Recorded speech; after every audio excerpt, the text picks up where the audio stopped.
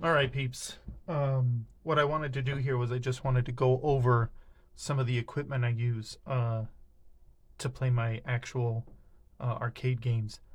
So pretty much the first and foremost thing is the Neo Geo itself, the MVS.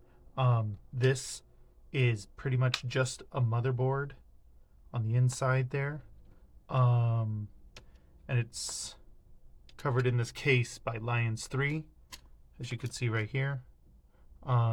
Nifty little case, like it a lot. The plexi is really fingerprinty, so when you touch it, you really want to be careful with it. Just so you're aware too, the way that motherboard comes is it actually comes in a shell like this.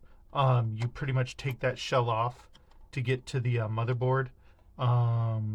There's four screws in there that you just disassemble, and then you would put on your nifty little case there. The second thing I have is what's known as a Supergun. These are really strange because there's good ones and there's bad ones. This one I found out is a good one. It's pretty much my second one. My first one was a different type, more of a box. This is more just an encased board. As you can see here, the power button, input for the power, and a volt adjuster. You're going to need to remember that most boards need to be 5.1 volts and below. Some I think could be a little higher, but overall you want to be able to adjust it, and that was the problem I had with my old one.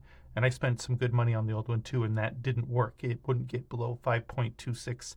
This gets down to 4.7 and goes up above 5.1 easy, so it's good for everything I need.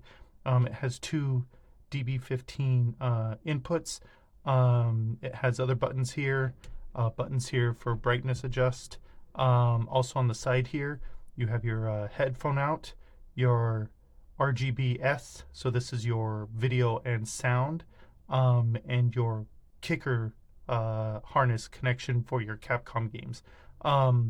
Yeah, that's separate. That's only if you have like a Capcom board.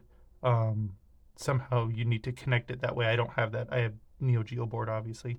This right here is the big deal, because this needs an adapter if you want to connect to your HDMI TV. And so what that is that's this right here, this little device. I can't remember the exact name again. I'll put a link to it in the description there. But pretty much this can give you both 4x3 and 16x9. It connects to your board there, and it goes out HDMI there. The quality is pretty good. On top of that, you're going to want adapters if you don't have OG joysticks. These adapters work with this Supergun. Sometimes they won't be compatible. You got to be really do your research into that. But these work out real well. Yeah, I like them a lot. They're a little expensive, but it works out for what I need. And then the power adapter.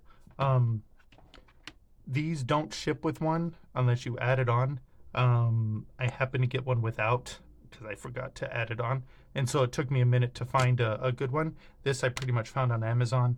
Again, I will find you'll find a link to it down in the description or on the website, wherever I end up putting it.